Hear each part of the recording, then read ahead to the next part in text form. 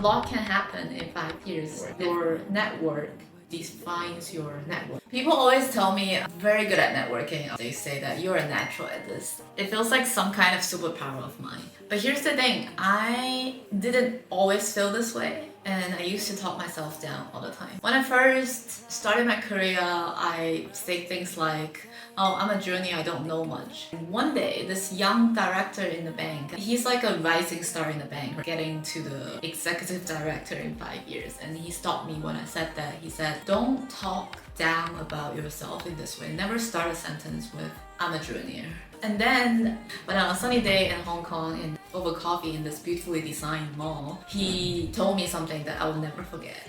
He said, a lot can happen in 5 years. It sure can, and it sure did. That conversation was a turning point, not just for how I see myself, but how I approached building relationships. Networking wasn't something that I always know how to do. It's a skill that I built up with almost 15 years of trying to figure out what's the best way to build relationships. From getting myself across the ocean to get my degree in the US, from working in banking to transition into the startup scene, pack my life in Hong Kong, move to London, start over again. All of these experiences, very difficult and painful at the time, actually helped me to learn how to connect with people from all walks of life. So in this video, I'm sharing 5 biggest mindset and strategy shifts that help me build meaningful relationships. All of these tips will hopefully help you feel more confident, connected, and capable when you meet your next connection. And sometimes one conversation can change everything, and a lot can happen in 5 years. First, let's break the myth that networking is a talent. True, I believe some of the people, they are just born with that personality that everyone wants to have a conversation with them. But networking is definitely a skill. When people say that I'm good at it, it's just because I've done it so many times. I've been to so many awkward situations and conversations. Building this YouTube is one of those. But more on the professional settings with all the other talented people sitting next to me, I don't really feel that confident for myself at the beginning. It's just a skill that you can learn. Like any skill, it takes practice. For me, the journey starts with small, awkward steps. I used to write down scripts about how I should have a coffee with my boss. Just because English is not my first language, I wanted to be able to convey myself, express myself. I want to come across as prepared, confident, and natural. Now it's more natural for me because I have practiced enough, so I internalize that process. Growing up in an environment that doesn't really encourage me to say too much about how good I am about something, like I always feel like I'm never enough. The natural confidence that people need to build a new connection is not something that I'm born with. But over time I realized that networking isn't about being an extrovert or knowing the perfect thing to say. It's about being curious, intentional, and that is something that I am actually very good at. Mindset shift number 1 is networking is about relationships, it's not transactions. Stop thinking about networking as if somebody is trading something. I think that's very important because once you have that mindset, you start to have a lot of overthinking. You're like, if he doesn't want to talk, he or she doesn't want to talk to me, there's nothing for me to gain out of it. No, you gain some experience. Even if somebody doesn't want to talk to you, some connections might not be immediately useful, but some might inspire you to, they might connect you to somebody else, or this conversation can motivate you to do something that you would never have imagined. Networking is a long game. And remember, those seeds doesn't have to grow overnight. Give them time. Mindset shift number 2 is don't be afraid to just ask. The worst thing that can happen when you ask, it would be a rejection, but then it would be just as if you have never asked. So there's nothing to lose there. I've sent out LinkedIn messages that people would just outright ignore. Sometimes if I went to conferences, people would just be standing there like nobody wanted to talk to me. Now I reframe it with the experiments mindset, as if I'm a scientist. I will be, okay, today I'm going into this scenario. These are the type of personalities that I will come across.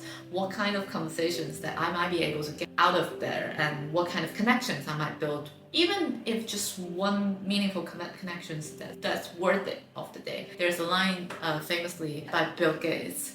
Most people overestimate what they can do in 1 year and underestimate what they can do in 10. So networking works the same way. It's about planting the seeds and let them grow. So some people will like, yeah, it's all well and good for you. I don't know what to say. This is the thing, like, people really love talking about themselves. They only remember how you make them feel. Of course, when you show up and do your introduction, be clear, thoughtful, not too long. Let's say you're in a conference, just say, I'm so and so, this is what I do, this is why I'm here in this conference. How about you? What's the favorite panel today? What has been some of your favorite projects recently? Those are the things everyone will be happy to share as a human being with desperate want attention. So it's actually not that hard to make them feel heard and seen. Maybe deep down in their heart, they are afraid too. They don't know what to say. So if you create a scenario and environment for people to connect with you, it's really good. And second, people say that I'm an introvert. I'm not like you. I know I come across them as extrovert, but definitely not an extrovert. I'm just according to who I'm with, but I'm definitely more somebody who's like comfortable in one-on-one conversations. I don't really draw energy from a whole room of people. In networking scenarios, most of the time it's those one-on-one conversations that actually creates more opportunities. And the number 3 fear is I'm afraid of rejection. Rejection is something really hard to take. Maybe frame it as an experiment. That's the best way I can. And after many rejections, there will be a yes at some point, and you just need to remember that yes. Mindset shift number 3 is to network with purpose. You're not trying to build relationship with everyone on the planet. It's not practical enough. What kind of relationship matters the most to you? Why do you want to build this relationship? Are you exploring a new industry? Are you trying to look for mentorship, seek for collaboration? Being intentional about reaching out to people and being clear of what you ask. If you ask specifically what you need, it might be easier for you to get a response. And then start small, because networking doesn't have to start at the time when you say, oh, I actually need a new job like tomorrow. All the connections takes time to build. Try to build one relationship in one event. Begin reaching out to people in your circle first and attending smaller meetups. That helps you to build up the courage when you attend bigger events. Nowadays, there's so many different meetups. I just go to Eventbrite or Luma. A few days ago, I just went to this climate tech mixer, 10-20 people. Everyone is there just to share what they've been doing. Those kind of events might be the best to start. And then number 3 is be genuinely curious. Ask questions like, what's been the most exciting part of your work lately? Can you share what's the happiest time recently? That kind of thing. I found that when you approach with genuine questions and curiosity, it actually creates connections. The mindset shift number 4 is you have value. Everyone has value. You have 24 hours a day. All the years in your life, maybe college, maybe master degree, and then maybe you have several years of working experience already. You definitely have some value to offer, but you just need to be able to communicate that. I think it's about how you communicate the value that you can bring to the table by understand what this other person needs. And as my young director said, a lot can happen in 5 years. If people value you as a young and rising star, they should be able to just talk to you for 5 minutes and see that in you. And number 2 is every connection